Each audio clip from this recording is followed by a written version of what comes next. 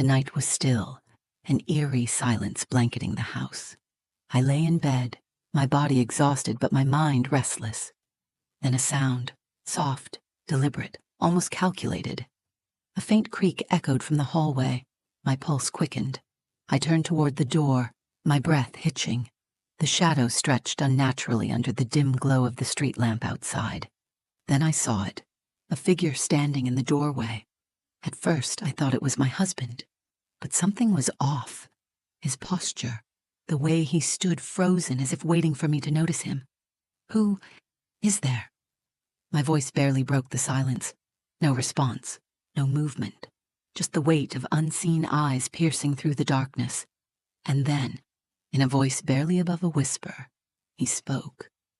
"You should not have opened that letter." A chill crawled down my spine. Letter? My heart pounded against my ribs as memories flooded back. The envelope I found earlier, the one I had almost ignored. I had thought it was nothing. I was wrong. And now, I knew my life would never be the same again.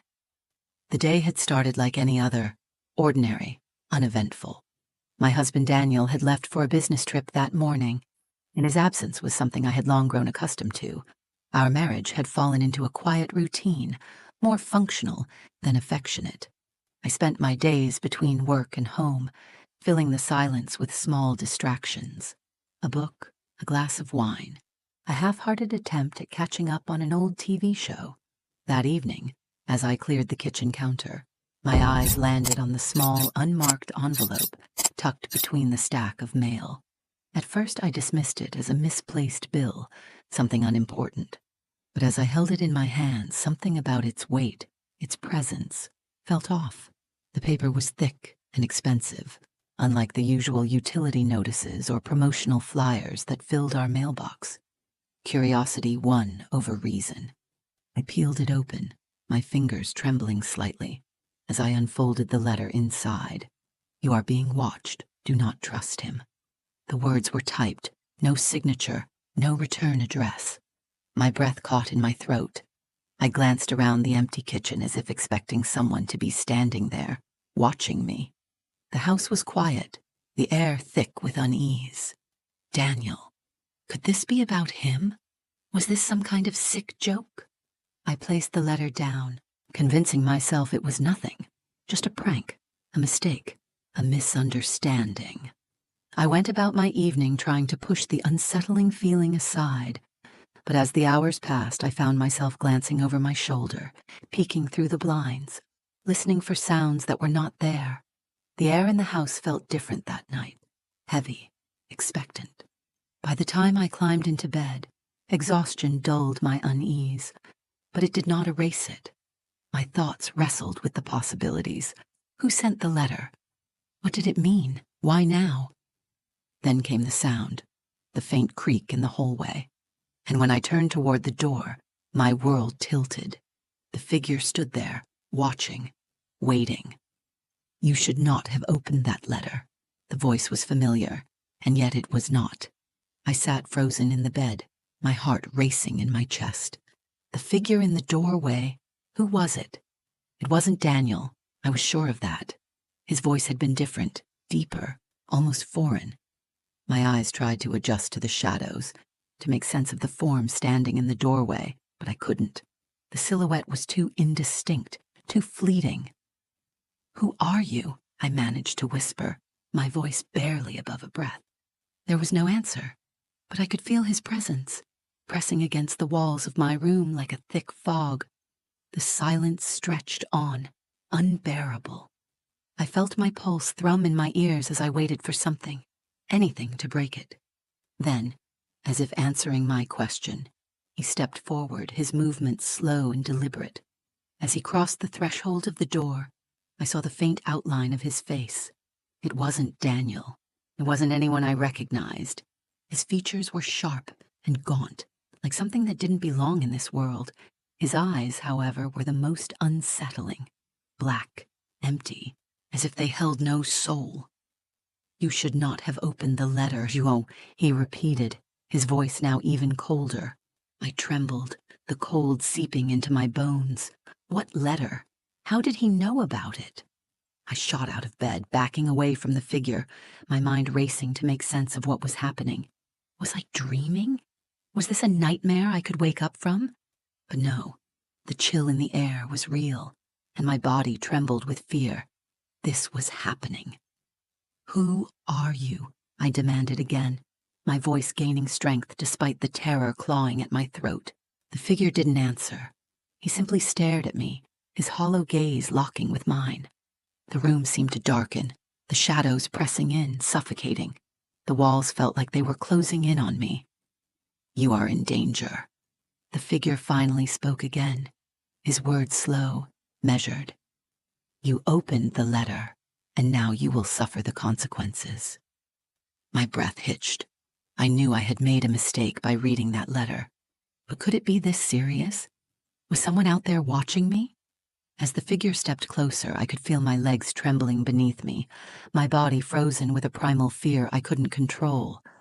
The air felt thick with something unspoken, a promise of something darker. "I don't know who you are," I said, my voice shaking, "but I won't be intimidated by you." He didn't flinch, didn't move.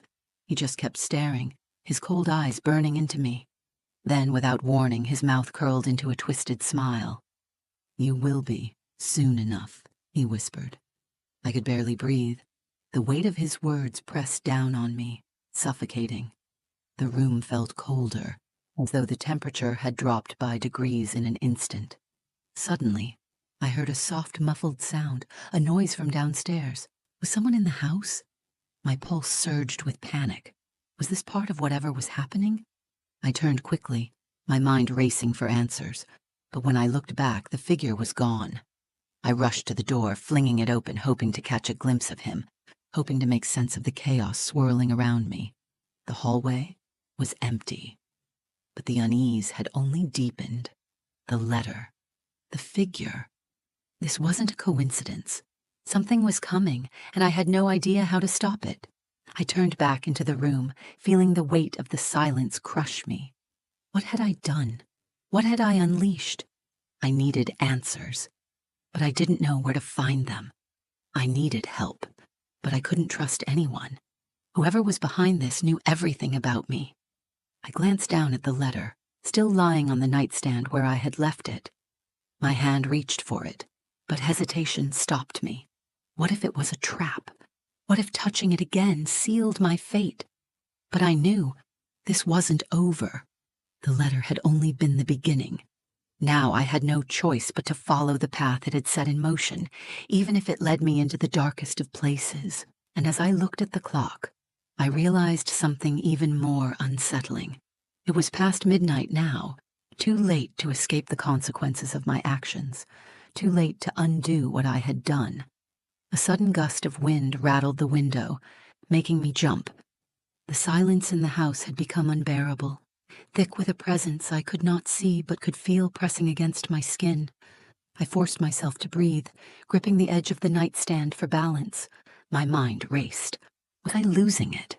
Had exhaustion twisted my senses, making me see things that were not real? But the letter was real. The voice had been real. Figure standing in my doorway had been real. I grabbed my phone with trembling fingers and dialed Daniel. The call rang once, twice, 3 times. Then, voicemail. I cursed under my breath, trying again. Still nothing. That sound came again. A rustling. Something shifting downstairs. My stomach clenched. Someone was in the house. I hesitated only for a second before pulling open the drawer where Daniel kept an old hunting knife. My fingers wrapped around the cold handle, my breath quick and shallow. If someone had broken in, I had to be ready. Slowly, I crept toward the door and peered down the hallway. The air felt dense, pressing in around me like unseen hands. My pulse pounded in my ears as I forced myself forward, step by step, until I reached the top of the staircase. The living room light flickered below, casting shifting shadows against the walls. My heartbeat stuttered, and then I saw him. Standing near the front door was the same man, the one who had been in my bedroom. He was solid now, his features illuminated by the dim light. He was tall, lean, and dressed in a dark suit that looked slightly disheveled. His presence was both human and not. His expression remained unreadable, but his eyes locked onto mine the second I stepped forward. "Who are you?" I demanded, my voice stronger than I felt. The knife trembled in my grip. He tilted his head, observing me like I was some experiment he had been studying for far too long. Then he smiled, a slow, deliberate curl of his lips that sent an icy shiver down my spine. "You already know," he said. No, I didn't. None of this made sense. My legs felt weak, but I forced myself to stand my ground. "I don't know anything," I snapped, "but I want answers." He stepped closer. I took a step back. "You read the letter," he said simply. I swallowed hard. So what? It was just a few words. Some stupid warning. Why does that matter? His smile faded, his expression growing unreadable. "Because now, you are part of it." "Part of what?" I nearly shouted. My patience, my fear. It was all beginning to unravel. "Who sent that letter? What do they want from me?" His dark eyes flickered, something unreadable crossing his face. "You think it was a warning," he said. "It was not. It was a test." A chill crawled down my spine. "A test for what?" His gaze didn't waver. "To see if you were paying attention." The air in the room thickened. I suddenly felt nauseous. None of this was making sense. But deep down, something in my gut told me that I had stepped into something I could not walk away from. I tightened my grip on the knife. "You need to leave," I said, my voice a whisper now. "Whatever this is, I don't want any part of it." His smile returned, but there was something different in his expression this time. "It is not about what you want," he said, stepping even closer, his voice lowering. "It is about what has already started." A cold dread settled over me. "What are you talking about?" I whispered. His eyes flicked past me, looking toward the staircase as if expecting someone else to appear. Then he leaned in slightly, his voice barely audible. "They will come for you now," he murmured, "and there is nothing you can do to stop it." The room seemed to tilt, a deep, twisting nausea gripping my stomach. My fingers clenched the knife so tightly it hurt. And then, he was gone. Not in the way a man leaves a room. There was no step, no movement, no sound. 1 second he was standing there, looking at me, speaking to me. The next, the space where he had been was empty. My breath hitched, my entire body locking up in shock. I whipped around, searching, my heart slamming against my ribs. Nothing. No open door, no sound of retreating footsteps. Just silence. I stumbled back against the wall, the weight of it all crashing down on me. The letter, the warning, the man, and his final words. "They will come for you now." Who? Why? And how much time did I have before they arrived? I stood frozen in the dimly lit living room, my breath shallow, my mind racing. The man had vanished, without a sound, without a trace. My pulse pounded in my ears as I scanned the room, my fingers still gripping the knife so tightly my knuckles turned white. This was real. It was happening, and I was running out of time. I turned toward the letter, still resting on the coffee table where I had left it earlier that evening. My gut twisted as I approached it, every instinct screaming at me not to touch it again. But I needed answers. Slowly, I reached down and picked it up, feeling the weight of the thick paper between my fingers. The words hadn't changed. "You are being watched. Do not trust him." I read it again and again. But no matter how many times my eyes scanned the message, it told me nothing new. My hands trembled. Who had sent this? And if I wasn't supposed to trust him, did that mean the man who had just disappeared? Or someone else? I glanced at the clock. 2:47 a.m. I needed to leave. Staying here, alone in this house, waiting for whatever they were to come for me. It wasn't an option. I grabbed my coat and phone, my fingers fumbling as I tried Daniel's number one more time. Voicemail. Again. The sense of dread in my stomach deepened. I ran to the front door, my pulse hammering as I unbolted the lock and yanked it open. The cold night air rushed in, making me shiver, but I didn't care. I had to go. I had to. I stopped. The street was empty, the kind of emptiness that didn't feel natural. No wind, no distant hum of traffic, not even the chirp of crickets, just silence. And then I saw it. Across the street, parked directly in front of my house, was a black car. Its engine was off, its windows tinted so dark I couldn't see inside. But I knew. Someone was watching me. Panic clawed at my chest. Was it him? The man from earlier? Or was it them? I stepped back into the house, my heart slamming against my ribs. I locked the door, bolting it twice this time. My mind spun in 1,000 directions. If they were already outside, then running wasn't an option. I had to think. I moved quickly, turning off all the lights in the house except for a small lamp near the staircase. If they were watching, I needed to control what they could see. I needed to figure out who was behind this. Grabbing my laptop from the kitchen counter, I powered it on, my hands still shaking.